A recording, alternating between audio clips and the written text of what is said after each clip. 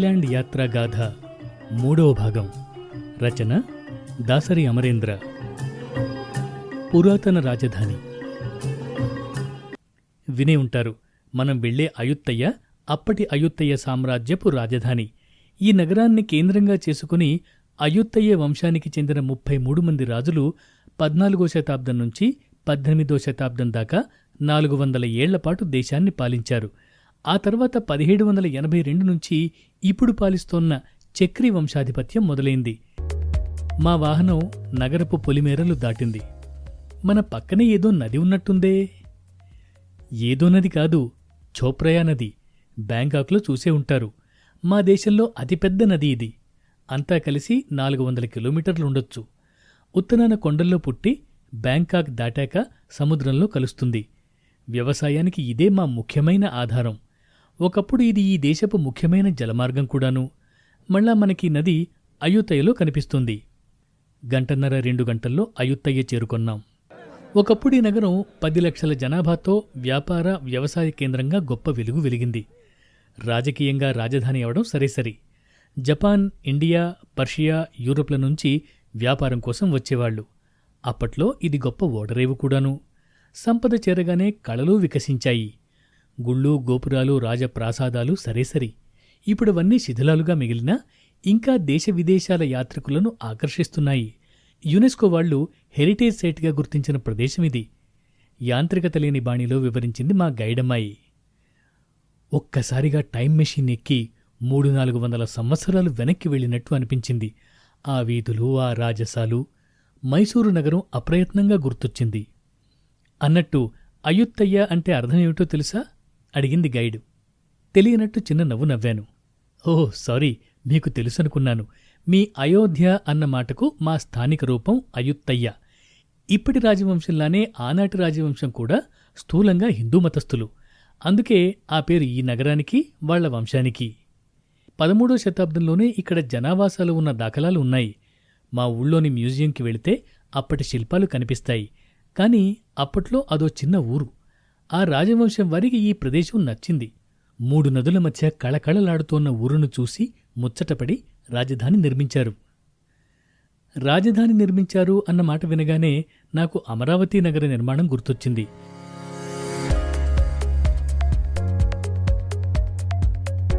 మా అయుత్తయ నగర విహారం 3 గుళ్ళు, ఒక మ్యూజియంగా సాగింది.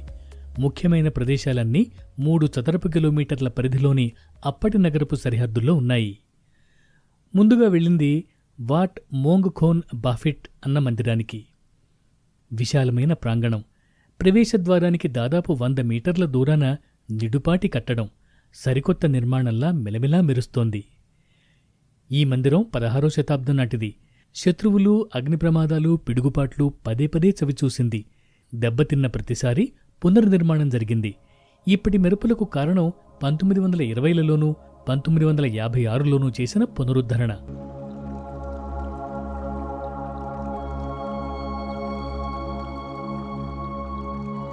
మందిరపు ప్రధాన ఆకర్షణ బంగారపు తాపడంతో మెరిసే 14 మీటర్ల పద్మాసనపు బుద్ధ విగ్రహం.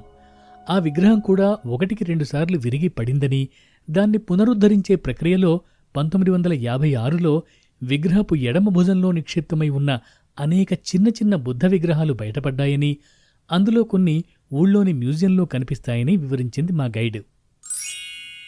మీ దేశాన్ని నిన్న మొన్నటిదాకా సయాం అని పిలిచేవారు కదా. మా చిన్నప్పుడు మీ దేశపు సయామీస కవలల కథలు గొప్ప ఆసక్తితో వినేవాళ్లం. మరి థాయిలాండ్గా ఎప్పుడు మారింది? ఎందుకు మారింది? పక్కనే ఉన్న 2వ మందిరపు ప్రాంగణంలోకి నడుస్తూ అడిగాను గైడ్ను. నిజమే, పేరు మార్పు 1939లో అనుకుంటాను జరిగింది. అసలీ సయాం అన్న పాత పేరు కూడా మరీ పాతదేమీ కాదు. 1840లలో అప్పటి రాజు ఆ పేరు వాడటం మొదలెట్టాడు. శ్యామ అన్న మాటలోంచి సయాం అన్న శబ్దం వచ్చిందంటారు. అలా కాదు, సువర్ణభూమి అన్న పదానికి సంక్షిప్త రూపం సయాం అన్నది మరో వివరణ. నిజమేమిటో నాకు తెలీదు.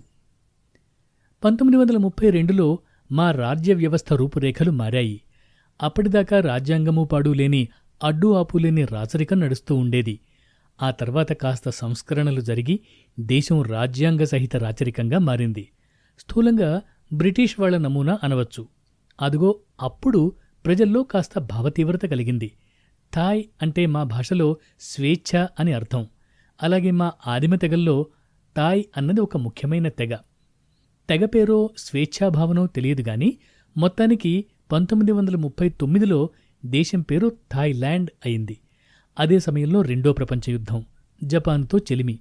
అది నచ్చని మిత్రరాజ్యాల వారు థాయిలాండ్ లేదు, స్వేచ్ఛాభూమి కాదు, పాతబేరే పెట్టుకోండి అన్నారు. దాంతో 1945లో దేశం పేరు మళ్లీ సయాం అయింది.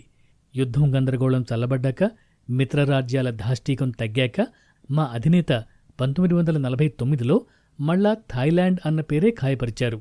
గత 70 ఏళ్లుగా అదే పేరు. వివరంగా చెప్పింది మా హిస్టరీ చదువుకున్న గైడ్. బంగారు బుద్ధుని గుడి పక్కనే వాట్ ఫరాసీ సంఫెట్ ప్రాంగణం. విశాలమైన ప్రాంగణమది.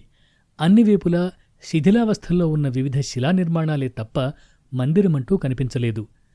2-3 పూర్ణ స్థూపాలు, మరో 2-3 సగం పడిపోయిన స్థూపాలు, మరింకొన్ని స్థూపాల ఆనవాళ్లున్న పీఠాలు.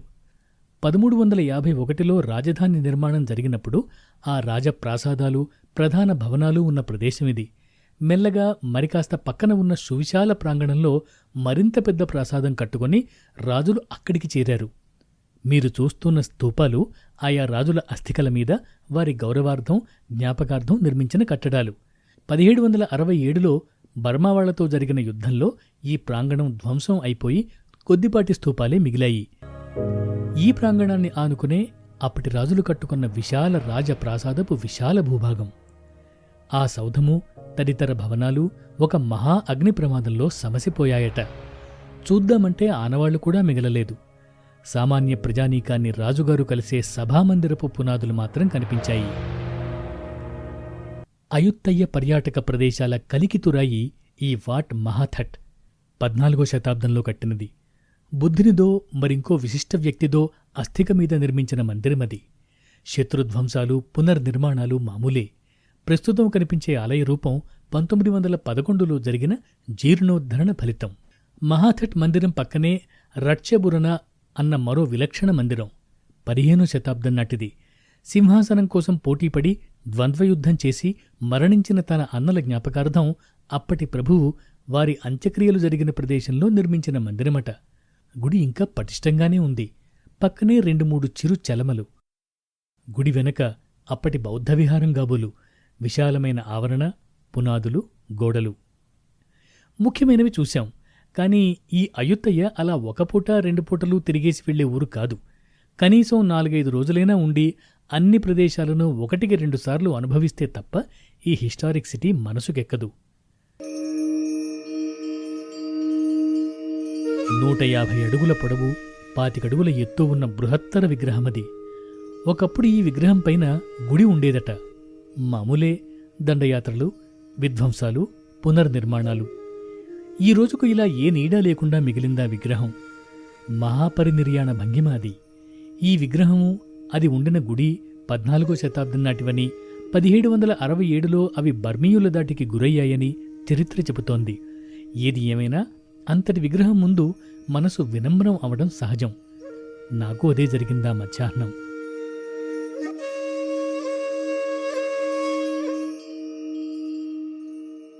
అయుత్తయ్యలో మా చిట్ట చివరి మజిలీ ఛోసంఫ్రయా నేషనల్ మ్యూజియం.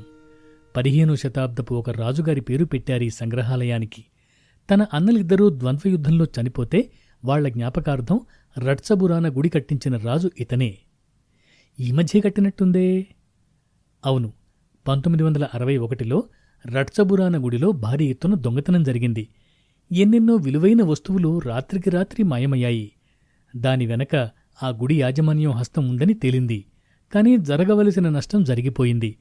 అప్పటికి అర్థమైంది ప్రభువులకు గుడులలోని సంపదలను మనుషులే కాపాడుకోవాలని. ఆ అవగాహనలోంచి ఈ మ్యూజియం ఆలోచన.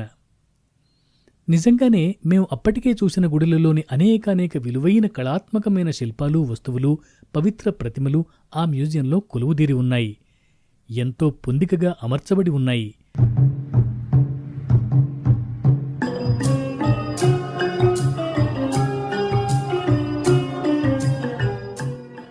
థాయిలాండ్ యాత్రాగాథ